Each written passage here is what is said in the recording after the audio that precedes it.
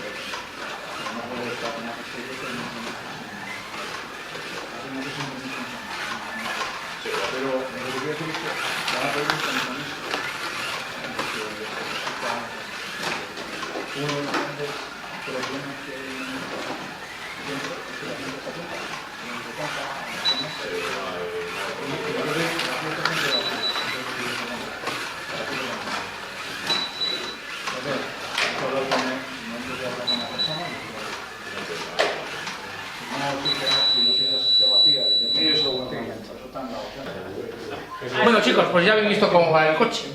Los coches. Los dos son de Mario. Ya habéis visto cómo lo ha llevado. Espectacular. Son coches muy cómodos que van por el sitio y la verdad es que son una mecánica muy simple. Sí que si quieres un coche que igual tenga un poco más de pegada, puedes poner un motor que igual tenga un poco más de chiche y demás, pero son motores muy cómodos. Y coches que Sí, yo creo que con este motor, con el NC5, lo que puedes hacer es regular a la potencia que tú quieras, el voltaje que tú quieras. Si va a ir bien, va a ir fino. Si pones un motor más potente, al final tienes que bajar el voltaje. Un coche de rally es una cosa muy personal y al final yo lo que busqué es un coche que fuese cómodo y fuese divertido de llevar y creo que lo he conseguido. A mí también son de él y a mí me han gustado, me han gustado un montón. Y bueno, deciros que ya cojo vacaciones, ya hasta septiembre ya nos vemos. Gracias, Mario. Nada, a ti. Muchas gracias. Y venga, chicos, hasta el siguiente vídeo. Hasta luego.